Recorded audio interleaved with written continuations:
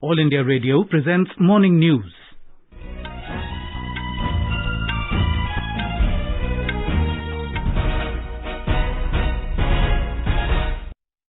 Good morning, I'm Sunil Verma and with me is Subhadra Ramachandran. The headlines. Prime Minister Narendra Modi to inaugurate 3-day urban conclave in Lucknow today, to also lay foundation stones of 75 urban projects and schemes in Uttar Pradesh. India's COVID-19 vaccination coverage crosses 91 crore mark. The recovery rate stands highest at 97.89%. Government deploys Made in India drone first time to transport COVID-19 vaccine.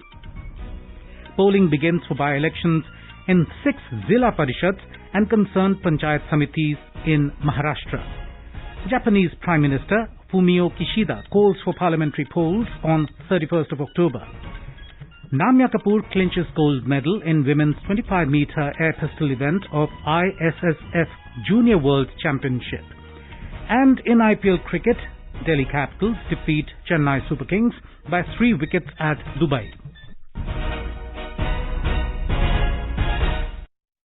As the nationwide free COVID-19 vaccination campaign at government facilities for those above 18 years is underway, we advise our young listeners to get vaccinated and also help others get vaccinated. We also advise our listeners not to lower their guard as COVID-19 remains a threat to our health. Please stay at home unless it is essential to go out and continue to follow these 3 simple steps. Wear a face mask, maintain 2 gaz ki duri for social distancing, and focus on hand and face hygiene. For any COVID-related information and guidance, contact national helpline numbers 011-2397-8046 and 1075.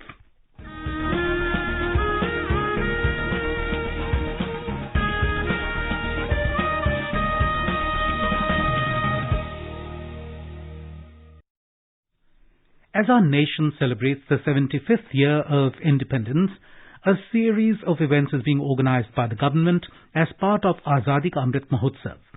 To commemorate the occasion as a Jan Utsav, All India Radio News brings its listeners a special quiz on India's freedom movement and its glorious history. The quiz is being conducted every Monday and Tuesday in Morning News and will continue till 15th of August 2022. India Post has joined hands as a logistics partner with All India Radio News for the Amrit Mahotsav quiz. Recalling our yesterday's question, in which year did the British announce the transfer of the seat of the government from Calcutta to Delhi? The correct answer is 1911. The foundation of Delhi was laid at the Coronation Darbar of 1911 by King George V as the capital of British India. Prior to this, Calcutta served as the capital. One major reason of shifting of the capital from Calcutta to Delhi was the rising nationalist movement in Calcutta caused by the Bengal partition. AIR News got an overwhelming response from its listeners across the world, and the one lucky winner of the quiz is Abhay Pal from Goa. Myself Abhay Pal from Goa. Thanks to All India Radio for choosing me as a winner of Azadi Ka Amrit Mahotsav. It covers all the dedicated people of India who have not been instrumental in bringing India thus far in its evolutionary journey. It's a good effort to familiarize all the people of India about the struggle of our independence, not from top to bottom, but from bottom to top. And now, coming to our 16th question of the Amrit Mahotsav quiz in English. The question is, by Operation Polo, which princely state got integrated with India? May I repeat the question? By Operation Polo, which princely state got integrated with India? Listeners can send their responses to the question over WhatsApp on 8826546262.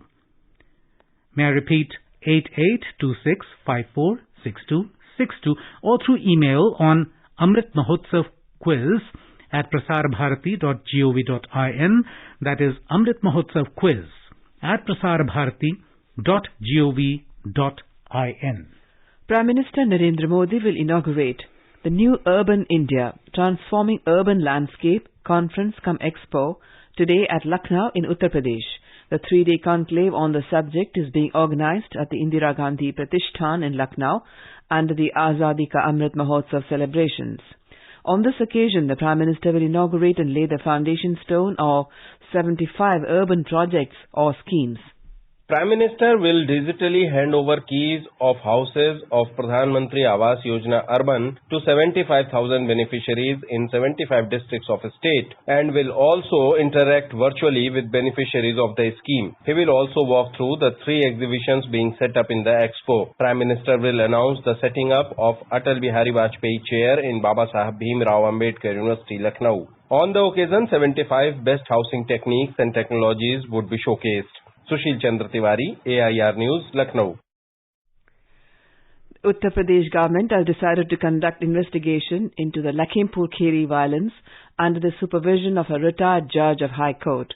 The state government will give ex gratia of 45 lakh rupees each to the families of the deceased persons, while 10 lakh rupees each will be given to the injured. One person from the family of deceased will also get a government job. An announcement regarding this was made by ADG Law and Order Prashant Kumar and Additional Chief Secretary Devesh Chaturvedi in the presence of farmers leaders in Lakhimpur. Meanwhile, an FIR has been filed in Tikunika police station in relation with the yesterday's violence in Lakhimpur district, which took 8 lives. The FIR also mentions the name of Ashish Mishra, who is the son of local MP and Central Minister of State for Home Affairs Ajay Mishra. Heavy police force has been deployed in the district and there was no report of any untoward incident. India's COVID-19 vaccination coverage has crossed the 91 crore landmark milestone yesterday. The Union Health Ministry said 91 crore 47 lakh 41 vaccine doses have been administered to eligible beneficiaries so far. More than 65 lakh vaccine doses were administered till 7 p.m. yesterday. With this, India has administered more than 70% of its population with the first dose of COVID vaccine. Union Health Minister Mansukh Mandavia congratulated the nation on administering more than 70% of the population with the first dose. Maharashtra yesterday reported 2,026 new cases of COVID-19, taking the cumulative total to 65,62,514. According to the State Public Health Department, 26 people succumbed to the infection, taking the toll to 1,39,233. 5,389 patients were discharged during the day, taking the total number of recoveries to 63,86,059. The state now has 33,637 active cases. The recovery rate in the state is 97.31% and the case fatality rate is 2.12%. On the other hand, Mumbai reported 339 new COVID-19 cases, taking the overall caseload to 7,45,652. The city also recorded 2 deaths and 436 recoveries. The city presently has 6,198 active cases. Tamil Nadu registered 1,467 new COVID cases in the last 24 hours. 1,559 COVID patients were discharged after recovery. 16 people lost their lives due to the infection during the same period. Presently, 16,874 cases are under treatment. 1,48,749 samples were tested through RT-PCR. The Minister for Health and Family Welfare, Mansukh Mandavia, has launched ICMR's Drone Response and Outreach in Northeast, iDrone, with a view to ensure last-mile delivery of vaccines. This is a delivery model to make sure that life-saving vaccines reach everyone. Launching the initiative, Mr. Mandavia said this is for the first time that a made-in-India drone has been used in South Asia to transport COVID vaccine over an aerial distance of 15 kilometers in 12 to 15 minutes from the Bishnupur District Hospital to Loktak Lake, Karang Island in Manipur for administration at the Primary Health Center. एक drone का उपयोग से पहली बार vaccine district health centre से उठा के primary health centre current तक पहुंचाया गया। पहली बार देश में और साउथ एशिया में ड्रोन का कमर्शियल उपयोग हुआ है। अगले दिनों में देश में नहीं केवल वैक्सीन पहुंचाने के लिए, लेकिन शुरुआत वैक्सीन से हुई है। अगले दिनों में उसका क्या उपयोग है। European Union's drug regulator yesterday approved booster doses for the Pfizer-BioNTech COVID vaccine for all people aged 18 years and above. The European Medicines Agency said the booster doses may be considered at least 6 months after the second dose for people aged 18 years and older. It also supported giving a third dose of either the Pfizer-BioNTech or the Moderna vaccine to people with severely weakened immune systems at least 28 days after their second shot. The recommendations go to health authorities in all 27 EU member states. Some countries already have begun administering booster shots. Finance Minister Nirmala Sitharaman has said that company secretaries should look beyond their existing set of responsibilities and partner with the ministries and regulatory authorities in easing compliances for the tax-paying citizens. The minister was speaking at the 53rd Foundation Day celebrations of the Institute of Company Secretaries of India in Delhi last evening. She complimented the company secretaries for their commendable job during the COVID-19 pandemic and urged the youth to join this profession as this role will expand further in the future in the sunrise sector. The government has extended the credit guarantee scheme for subordinate debt up to 31st of March next year. Ministry of Micro, Small and Medium Enterprises said the government had announced the creation of Distressed Assets Fund, subordinate debt for stressed MSMEs on the 13th of May last year under the Atmanirbhar Bharat package. The scheme was launched to provide credit facility through lending institutions to the promoters of stressed micro, small and medium enterprises. Defence Minister Rajnath Singh has reaffirmed the government's commitment to modernize the armed forces and equip them with latest machinery to deal with any challenge. He said global security concerns, border disputes and maritime affairs have forced the world to focus on military modernization.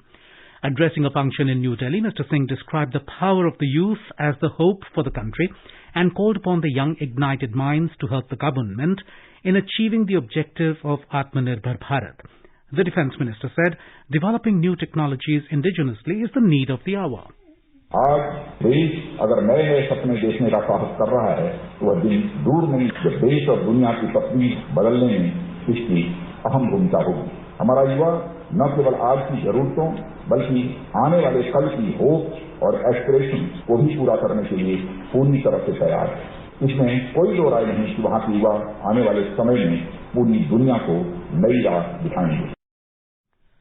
You are listening to the morning news on All India Radio. A reminder of the headlines before we move on. Prime Minister Narendra Modi to inaugurate 3-day urban conclave in Lucknow today, to also lay foundation stone of 75 urban projects and schemes in Uttar Pradesh. India's COVID-19 vaccination coverage crosses 91 crore mark. Recovery rate stands highest at 97.89%. Government deploys Made in India drone first time to transport COVID-19 vaccine. Polling begins for by-elections in 6 Zilla Parishads and concerned Panchayat Samitis in Maharashtra. Japanese Prime Minister Fumio Kishida calls for parliamentary polls on 31st October. Namya Kapoor clinches gold medal in women's 25-meter air pistol event of ISSF Junior World Championship. And in IPL cricket, Delhi Capitals defeat Chennai Super Kings by 3 wickets at Dubai. For quick news updates round the clock, follow us on our Twitter handle at AIR News Alerts. In Maharashtra, polling for by-elections of 85 constituencies of 6 Zilla Parishads and 144 constituencies of Panchayat Samitis has begun from 7:30 a.m. today and will go on till 5:30 p.m. The polls are being held in Dhule, Nandurbar, Akola, Washim, Nagpur and Palghar Zilla Parishads and Panchayat Samitis in these districts. Counting of votes will be taken up tomorrow.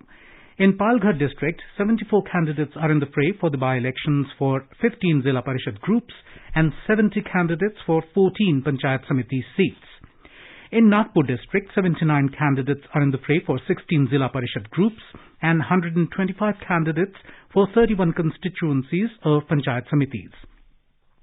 In Washim district, voting will take place for 14 Zilla Parishad groups and 27 constituencies of Panchayat Samitis.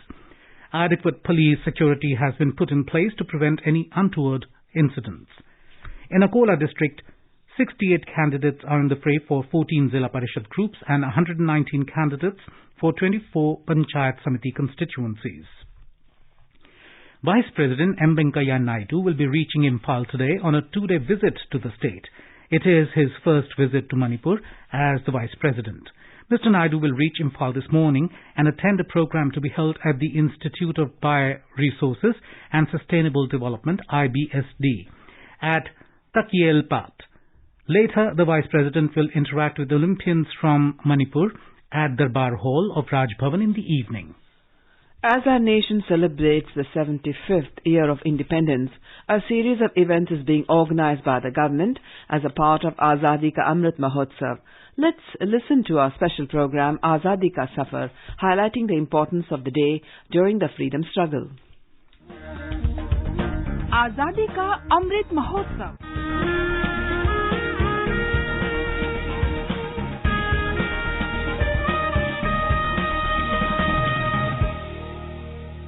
Azadi Ka Safar with AIR News, Birth of a Nation. India's glorious freedom struggle is one of the greatest struggles the modern world has ever witnessed. AIR News brings you a glimpse of the struggle every day.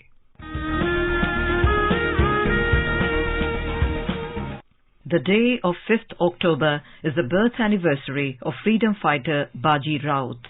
He was merely a 12-year-old boy when he fearlessly stood in front of a bunch of British sepoys, denying them service.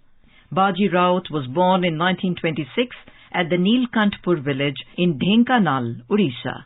Son of Hari Raot, Bhaji was a boatman and volunteer of the Praja Mandal in the Dhenkanal state. He was responsible for the task of keeping vigil on the movement of the state police and troops at the Neelkantpur Ghat on the Brahmini river. On the night of October 10th in 1938, a number of policemen and soldiers tried to force him to take them across the river in his boat.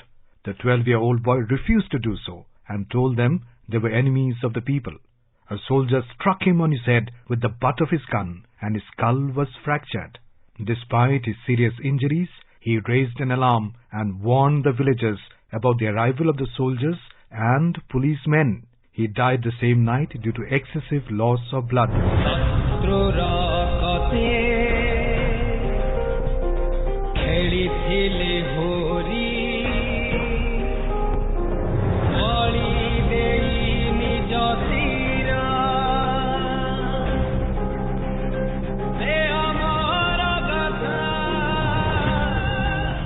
The bravery and patriotism of young Bhaji Raot has been immortalized in the poem Boatman by the famous Odia poet Sachi Rautarai. On the day of 5th October in 1938, in Kerala, a serious and violent confrontation took place between the British armed force and freedom fighters at Kadakkal, a village about 48 kilometers north of Trivandrum. The arrest of some state Congress workers provoked the people very much. The situation of the area was already tense due to the exorbitant toll collected by the agents of the government from the market at Kadakkal, though its intensity was not so hard as in the nearby markets of Kallara, Pangode area. The state Congress workers of Kadakkal exhorted the people not to pay the toll. Also, they obstructed the sale of liquor. On 29 September, the protesters stormed the police station in the area and the small police party sustained injuries.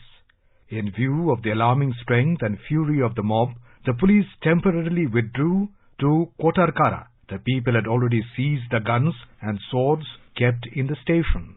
On 5th October, 2 platoons of military arrived at the area and suppressed the agitation with an iron hand. 13 houses were set on fire by the police and military. People were mercilessly beaten and tortured.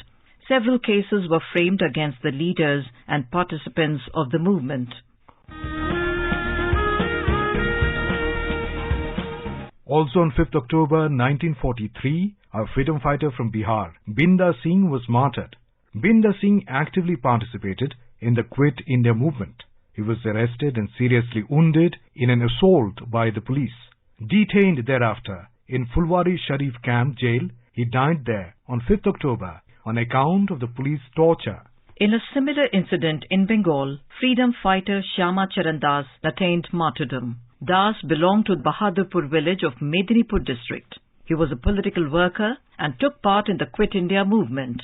While participating in the volunteers' raid on the Bhagwanpur police station on 5th October 1942, he received bullet wounds in the police firing and died on the spot. Today is also the death anniversary of Meherban Gwala. He belonged to the infantry regiment of the English East India Company. Gwala participated in the rebellion of 1857 and was arrested by the British East India Army at Shahabad, now in Bihar. Charged with the offence of mutiny, Gwala was sentenced to death on 5th October 1857. That brings us to the end of this episode of Azadi Ka Safar with AIR News. See you in next episode tomorrow.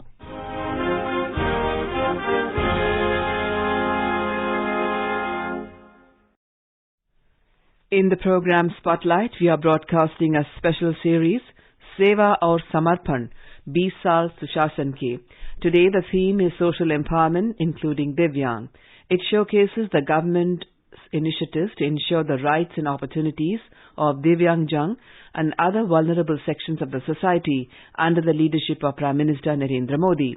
This special program can be heard on FM Gold channel and additional frequencies from 9:15 p.m. onwards.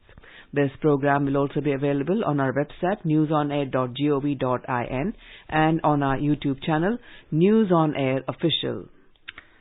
In Japan, the new Prime Minister Fumio Kishida has surprised by calling for parliamentary polls on 31st of October. Mr. Kishida also vowed to bolster the country's response to the coronavirus pandemic.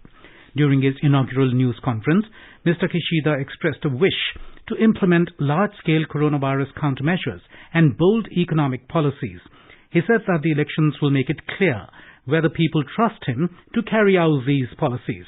Earlier, the 64-year-old leader unveiled a cabinet lineup dominated by allies of former Prime Minister Shinzo Abe and ex-Finance Minister Taro Aso. Social media services, Facebook, WhatsApp and Instagram were hit by a massive outage lasting several hours across the globe last night. All three services are owned by Facebook and could not be accessed over the web or smartphone apps. The outage is estimated to have started around 9 p.m. IST.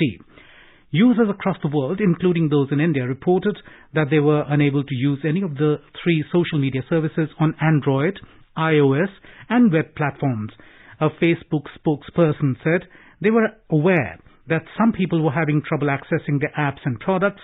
They were working to get things back to normal as quickly as possible and apologized for any inconvenience. The company did not specify the reason for the global outage.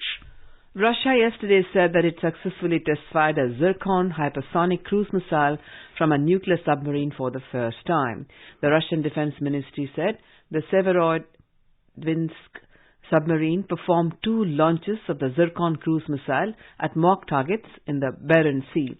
The first test-fired Zircon from the surface and then launched another missile from the submerged position in the White Sea.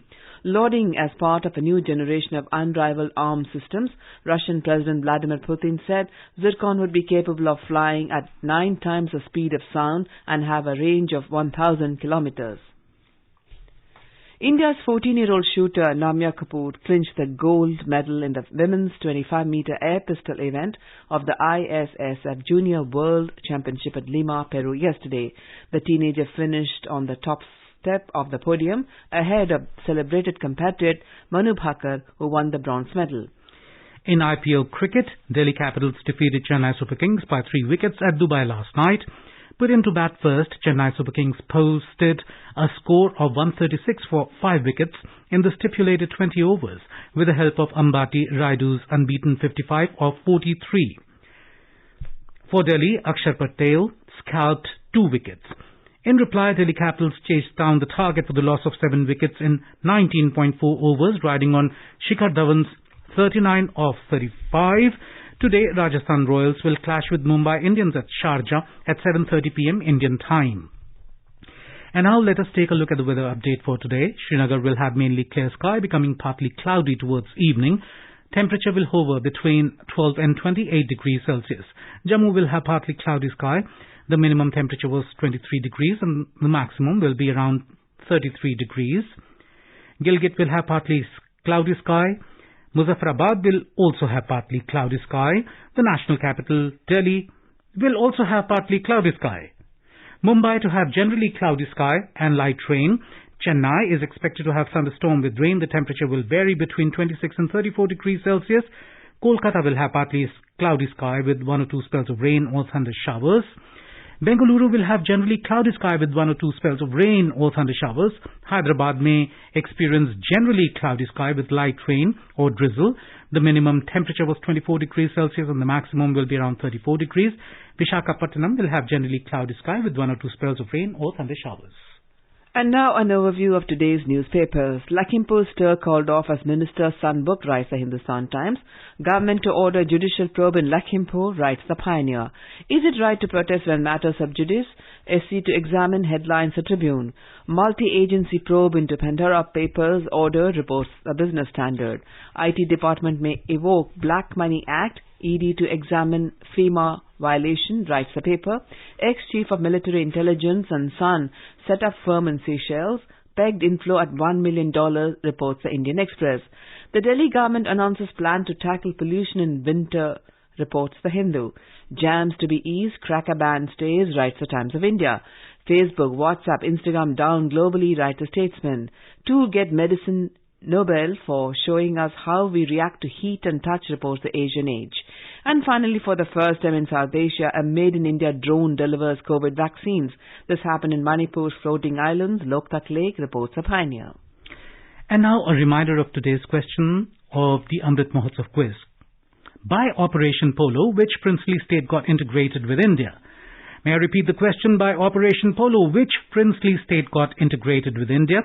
WhatsApp your response on 8826546262, that is 8826546262, or through email on amritmahotsavquiz@prasarbharati.gov.in, that is amritmahotsavquiz@prasarbharati.gov.in.